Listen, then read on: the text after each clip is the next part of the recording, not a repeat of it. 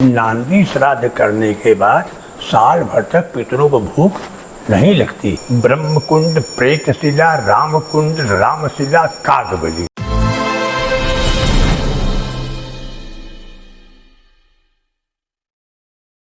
नमस्कार, एक बार फिर से संतोष शो में एक नए शख्सियत के साथ। और आज के शख्सियत हैं पंडित श्रीनाथ पाठक उर्फ रानी गुरु। रानी गुरु के विषय में यदि कहा जाए तो शायद सूर्य को दीप दिखाने जैसी बातें होंगी। श्राद्ध अनुष्ठान के काशी, या ये कहा जाए कि पूर्वांचल के सबसे मर्मज्ञ, सबसे वयोवृद्ध, और आपके पास जो जानकारियां श्राद्ध से जुड़ी हैं वो शायद किसी के पास नहीं है। यही नहीं, यदि हम रानी गुरु की बातों को और आगे बढ़ाएं तो ये भी कहा जा सकता है कि त्रिपिंडी श्राद्ध की बारीकियां, या ये कहा जाए कि मंत्रों के साथ किया हुआ काम शायद रानी गुरु के अलावा इस जगह इस समय कोई नहीं है।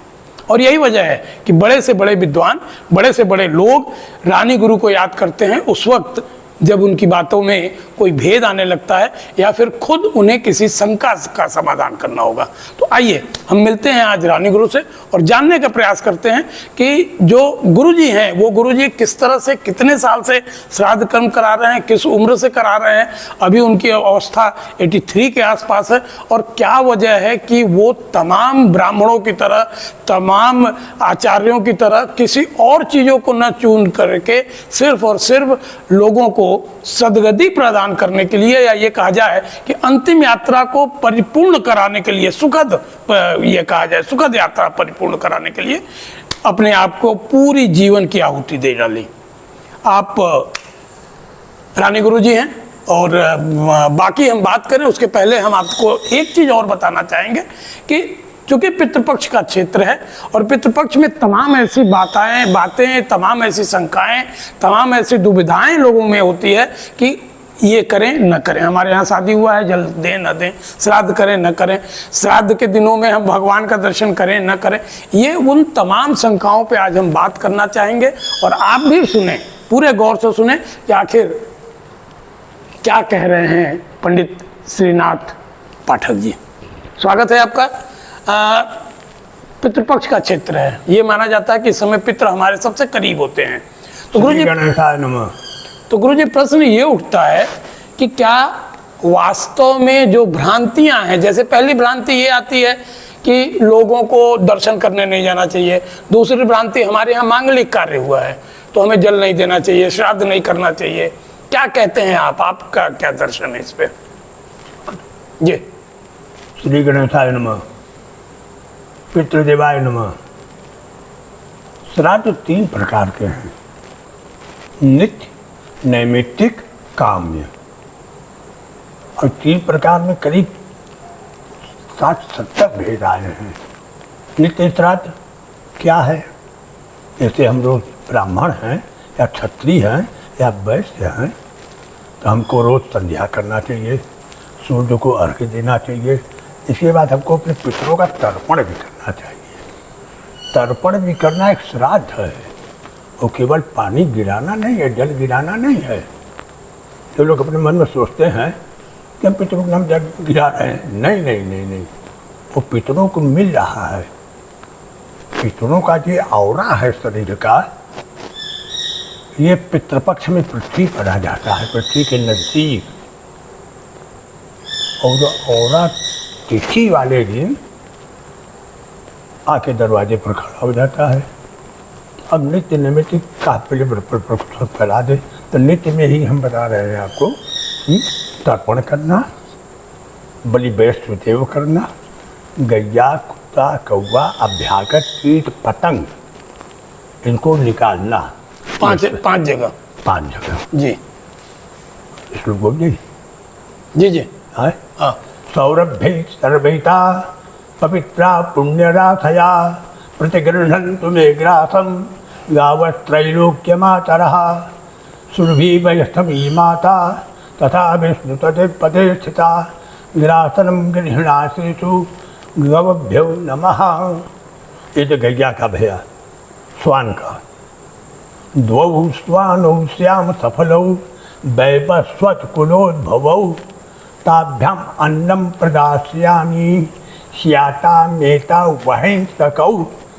ये स्वान का है, काट पर आगे। इंद्र वारुण वायव्या सौम्या वै नैऋतस्तथा वायस्ता प्रतिगृह्णन्तु भुवा अन्नम मयार्पितम। ये काग का एक और है। जमोसी जमदूतोसी वायसोसी महाबल सप्त जन्म कृतम पापम बलिम भक्षन्तु पायस। ये जो इंद्र है ना, इंद्र जी, यही कौवा बना है। ये इंद्र का लड़का कौवा बना है। कब बना है मालूम है? वो उस समय बना है भैया जी अब, कि जिस समय भगवान चित्रकूट से चढ़ करके चित्रकूट में थे भगवान, और वहाँ पर जो है सूर्यपति सूर्यधरी बायस भेसा सठ चाहत रघुपति बल देखा। उस समय कौवे का रूप धारण किया है जो है इंद्र का लड़का, और आकर टोट मार दिया। उनको क्या, खेत बार में खेत से खड़का उठा के फेंक दिए। अब उसके लियाफत खड़ी हो गई और लगे भागने, तले उठ के भागे, कोई नहीं कुछ नहीं। बाप यहाँ गए, भाग भाग भाग। ब्रह्मा, अरे क्या ब्रह्मा बोल रहा है कि हमारा ब्रह्मांड बोल रहा है? शक्कर के घर नहीं यहाँ रुकना मत एक मिनट। लियाफत वायरस हो गई। ये अंत में तो नारद जी को दया आ गई। नारद जी से मिले कि देखो एक काम करो, तुम भगवान के शरण में जाओ, बस वहीं त्राहिमाम त्राहिमाम त्राहिमाम चिल्लाओ, तभी तुम्हारा कल्याण, नहीं त्रैलोक्य में तुम्हारा कल्याण करने वाला कोई नहीं है। ये भगवान जब नारद जी ने उनको उपदेश किया तो फिर वही गया और जाके त्राहिमाम त्राहिमाम त्राहिमाम जो किया। भगवान सोचे कि इंद्र का लड़का है, इसको क्या बहुत दंड दें। एक उसकी आँख जो है निकाल दिया। ये आपको हमने कागज का बतलाया। अब आइए अभ्यागत का।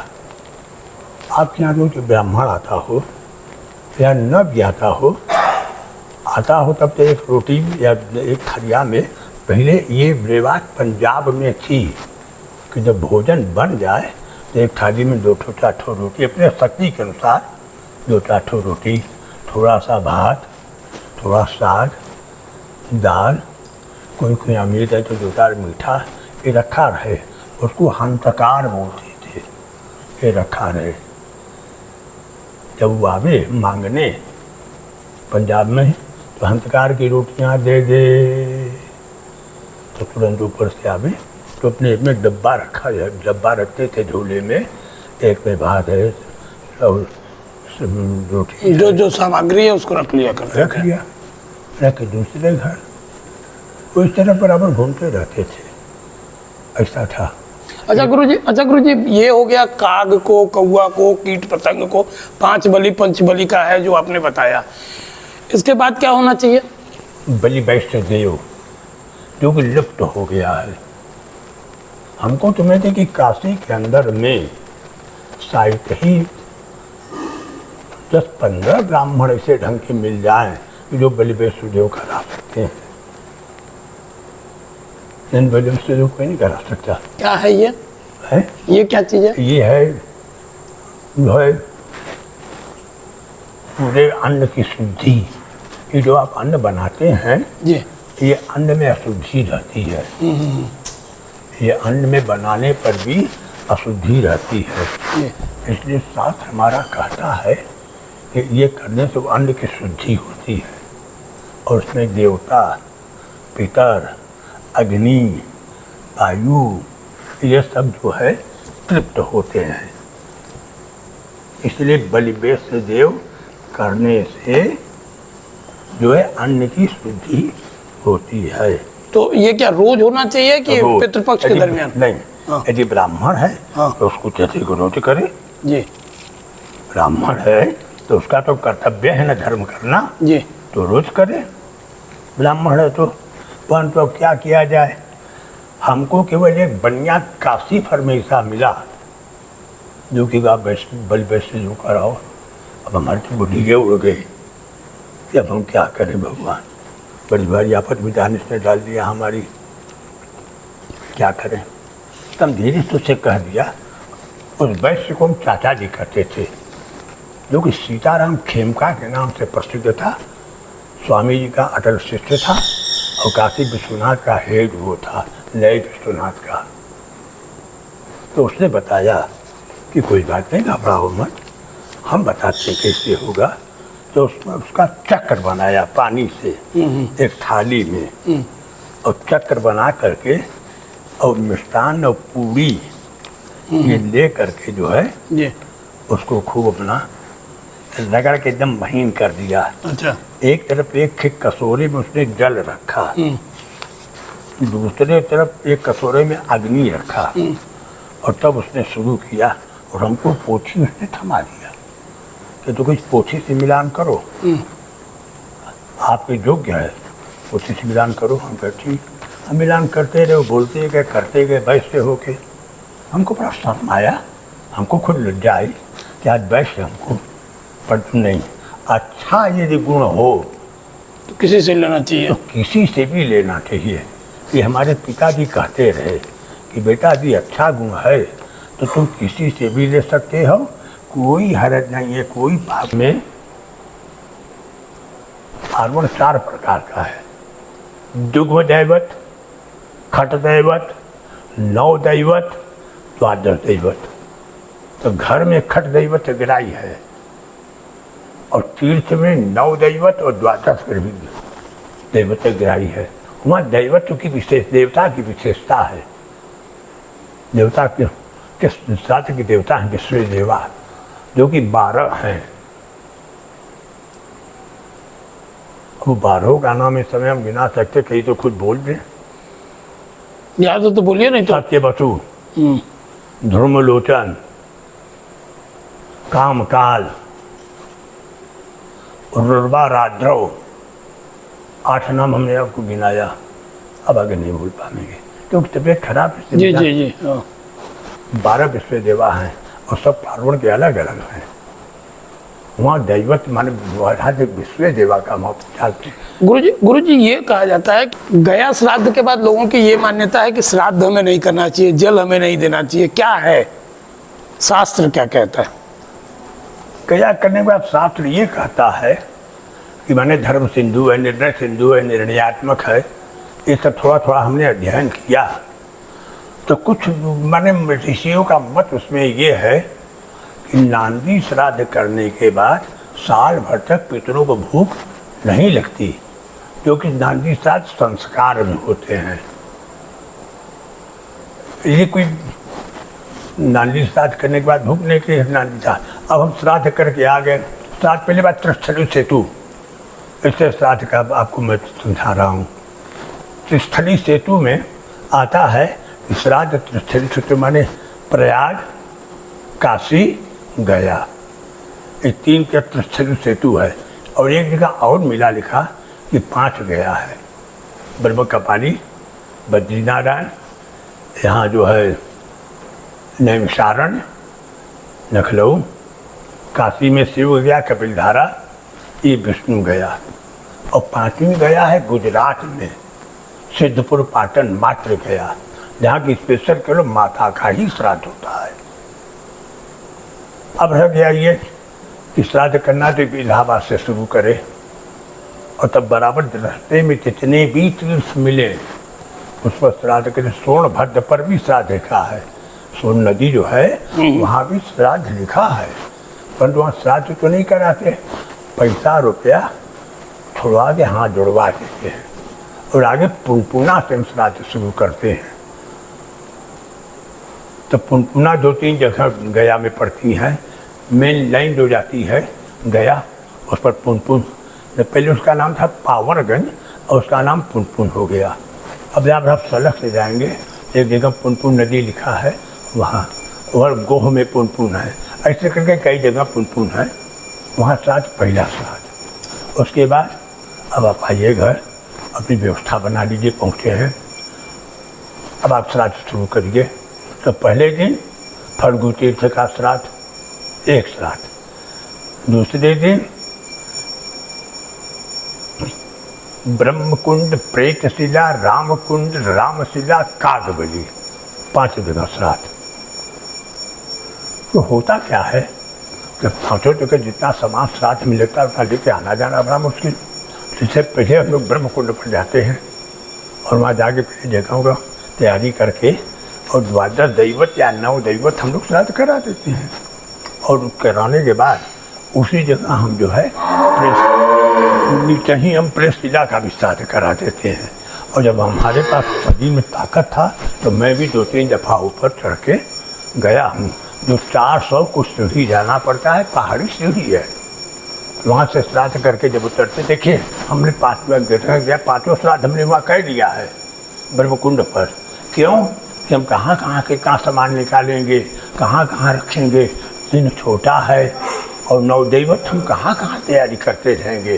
तो एक तो 9 दैवत कराते हैं और फिर दूसरे में केवल 9 दैवत पर पूजा पाठ करा करके और एक श्राद्ध करा देते हैं। तो जो श्राद्ध कराते हैं उसको पोलोथीन में या कोई बर्तन में रख करके बाकायदे पूजा ला के राम दूसरा कराया पूजा रामशिला पहाड़ पर 3 पिंडा कागबली का, 3 पिंडा कागबली। इसको एक डलिया में उन्होंने प्लास्टिक की डलिया में या पहले लोहे वो लकड़ी की डलिया में रखे चले और रास्ते में रामकुंड पड़ा, छड़ कर गया। ऊपर लोग गए, हमको ताकत आता हम भी जाते रहे। जाके ऊपर पिंड, वहाँ पिंड करने की विधि होती नहीं है, वहाँ पिंड चढ़ाने की विधि है। देवता के ऊपर पिंड चढ़ना चाहिए। तो हम देखे कि जब ऊपर लेके पिंड गए पहले तो कहता है पिंडा इसी पर ढील चरण पर, रामकुंड रामशिला पर। हम घबराते हैं, अरे के पंडित जी पर यहाँ रिवाज है गुरु जी, आप पहली दफ़ा आए क्या? हम कहे जरूर।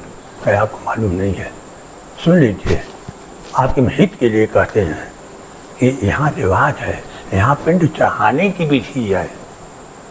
विधि आप किए हैं ना? हम कहे हाँ, यहाँ के निमित्त किए हैं, संकल्प यहाँ के निमित्त बोले हैं, इसलिए यहाँ केवल चढ़ा दीजिए और अच्छा जो आप समझिए इनसे हमको दिलवा दीजिए। तो ऐसे हम लोग एक ही जगह 5 श्राद्ध कराते हैं, एक 9 दैवत और सब तीर्थ श्राद्ध। आसनम पिंडदानं च पुनः प्रत्यवने जन्म दक्षिणाचान्य संकल्प तीर्थ श्राद्धे विवर्जयेत्। नहीं, तीर्थ श्राद्ध प्रशस्त ऐसा है कुछ जो है आसनम पिंडदानं इतना ही है। आसनम पिंडदानं च पुनः प्रत्यवने जन्म दक्षिणाचान्य संकल्प तीर्थ श्राद्धे स्वयं विधि, शुद्ध शब्द ये है। कह करके आगे पदगाद हो गया। अब हम करते करते आते आते हमको 6-7 बज गया, जबकि हम सवेरे घर से 8 बजे निकले हैं, परंतु लौट रहे हम 6-7 बजे। गाड़ी है, आए रुके, रसोईया बनाने वाला गया है और सब करने वाले गए हैं, पहुँचे। थोड़ा हम अपना जो करते हो किए थे, उसके बाद उनका गौगुरास निकलवाए। उसके बाद पहले हमारे सामने भोजन आया देसी का दिप, हमने शुरू किया, लोग भी खाने लगे। माने हम लोग 8, साढ़े 8, 9 बजते इस तरह, और रात को 3 बजे हड़कम मच जाए। इस तरह करके मारवाड़ी लोग 45 दिन का श्राद्ध करते। क्या गिनते हैं? इस अनंत चतुर्दशी श्राद्ध शुरू होता है इनका पुन से जी, तो भादो में अनंत चतुर्दशी है। जी हाँ, भादो हो गया। और पूर्णमासी से श्राद्ध शुरू कर देते हैं जाके गया में पूर्णमासी भर चला इनका श्राद्ध। जिस दिन नवरात्र होता है उस दिन ये श्राद्ध करते हैं जाके गायत्री घाट पर, नाना प्रणाना विधि प्रणाना का। बस तो श्राद्ध समाप्त। 17 दिन भया और एक दिन यह भया भादो। हाँ ठीक है। 15 दिन ये भया और एक दिन कुवार शुक्ल पक्ष भया। 17 दिन को ये लोग त्रैपाक्षिक मानते हैं। इसलिए मारवाड़ी श्राद्ध करते हैं। क्या होना चाहिए वहाँ के श्राद्ध के बाद? जल देना ये सब चाहिए नहीं चाहिए? ये करके आ गए घर, होम पूजा पाठ कर लिए। अब उनका एक कर्तव्य है वो बराबर श्राद्ध करते रहें, क्योंकि श्राद्ध नित्य है। हमने श्राद्ध आपको कई प्रकार का गिना दिया, तो श्राद्ध नित्य है। कुछ न करे श्राद्ध, तर्पण भी श्राद्ध है, सीधा निकालना श्राद्ध है, पिटारी मिठा देना श्राद्ध है, पैसे दफ्तर में जाना कुछ ये नहीं है। और खाना ख्याल आ गया, तुम देखा कोई अच्छा मंदिर उंदिर है कहीं स्टेशन पर, तो उसको कुछ दे दिया जो है। ये भी माने हमने पितरों को ध्यान किया तो उनका औरा हमारे पास आया। पितर कहीं जाते नहीं, महाराज पितर रक्षा न करें तो काम न होए। महादेव जी का ब्याह ब्रह्मा पूछते पिता क्या दादा, क्या तू, क्या परदादा, ये सामने तो बैठा नहीं। तो देवता के भी पितर पितर हैं, देवता भी अपने पितर को मानते हैं, हम ही नहीं मानते। तो आने के बाद भी बराबर जो अपने श्रेष्ठ, क्योंकि लिखा श्रद्धा ये दिए थे श्राद्धम इति श्राद्धम। कोई जरूरी नहीं है कि आप 5 पकवान खिलाइए, जो आपकी श्रद्धा हो, जो हस्ती हो, वित्त साष्टम समाचरे, अपने वित्त के अनुसार आप श्राद्ध करिए, बराबर करते रहिए। तो उससे आपका वंश वृद्धि होगा, अच्छा काम होगा, आपके विचार अच्छे बनेंगे। इसलिए श्राद्ध कभी भी लुप्त नहीं है, हमेशा करना चाहिए। लोग कहते हैं एक केवल एक लौकिक प्रथा है, इनके पास कोई प्रमाण नहीं है। अच्छा, लोग कहते हैं कि ब्याह शादी है तो फिर आप पिंड मत डालिए, ये मत डालिए, ये भी एक भेद बड़ा आता है। यदि आप ब्याह किए हैं तो आप पिंड का काम नहीं कर सकते हैं। जल देंगे? मंडनम न तो मुंडनम, मंडनम न तो मुंडनम। विवाह के बाद आप मुंडन नहीं कर सकते, मुंडन नहीं कर सकते, जनेऊ नहीं कर सकते। निर्णय सिंधु का वचन बोल रहा हूँ, मंडनम न तो मुंडनम, कि मंडन कार्य करेगा, मुंडन नहीं करे। हाँ, एक जगह ये भी लिखा है धर्मशास्त्र, धर्मशास्त्र तो इतना लिख दिया है ना कि उस पर हम लोग पार नहीं पाएंगे। एक जगह ये भी लिखा है कि यदि आप 4 भाई हैं और चारों भाई का दम बंटवारा हिस्सा अलग अलग, जमीन जायदाद धन दौलत सब, तो आप अपने घर अपना करते रहिए, अपने घर अपना करते रहो, अपने घर अपने करते रहे, कोई दोष नहीं है। लेकिन सपोज करिए कि 4 भाई हैं, 4 एक ही साथ हैं, और किसी एक भाई के यहाँ शादी हुआ, तो क्या वो तर्पण भी नहीं करेंगे? लौकिक प्रथा में नहीं करेंगे। हम लोग क्यों मना करते हैं? उसका मना करने का मूल कारण हमारे पास, हम तो कहते सीधे निजाम करो। अब हम जिससे हम अपने पोती का ब्याह किया अभी, और आके यहाँ रोज तर्पण करते हैं, अभी कर रहे हैं, गया करके आए हैं, आपको मालूम है ना जी। आज भी कल हमारे माता पिता का है, कुछ मिष्ठान, कुछ दक्षिणा, कुछ वस्त्र हम देंगे। ये कहाँ लिखा है? अरे हमारे घर मंगल का कर्म भया तो हम अपने पितरों को खुश करें कि वो नाराज करें तो उनको न दें। पर दोनों बात देखिए, समस्या एक बात की आ जाती है, धर्मशास्त्र क्या निर्णय करे बेचारा। ऋषियों ने इतना लिख दिया, इतना लिख दिया कि इसका निर्णय कभी नहीं हो सकता। चाहे कितने लोग माथा पटकते हैं, और श्राद्ध तो इतना कठिन लिख दिया कि हम लोग पार नहीं पा सकते, हम तो पार नहीं पा सकते। और गया करने के बाद भी बाकायदे बंद करो घर जो है, चलो मना करते पिंडा बंद करो, वो भी ठीक है, सब कुछ है। जल देते रहिए, जल देते रहिए, तर्पण करिए। हाँ, क्योंकि तो जल से ही तो शरीर की उत्पत्ति भई है जी, जल ही तो प्रधान है। इसलिए जल को उनकी बताया ना कि जल से अमृत, जल से जल, और जल से अन्न, और जल से खून, ये 4 तरह से पितरों को मिलता है। अब आप रात को 8 बजे को जाओगे तर्पण करने तो वही जल खून हो जाएगा। ये थे रानी गुरु, रानी महाराज। और रानी महाराज ने बड़ा साफ साफ 2-3 चीज़ों को क्लियर किया। एक, जो धर्म सिंधु है, या ये कहा जाए कि धार्मिक पुस्तकें हैं जो हमारे शास्त्र हैं, उन शास्त्र के हिसाब से लोगों को, अपने पितरों को निश्चित समय पे, या ये कहा जाए कि उचित समय पे, जो दोपहर काल का समय होता है उसमें श्राद्ध करना चाहिए, जल देना चाहिए, जिसे आमतौर पे लोग साधारण जल समझते हैं।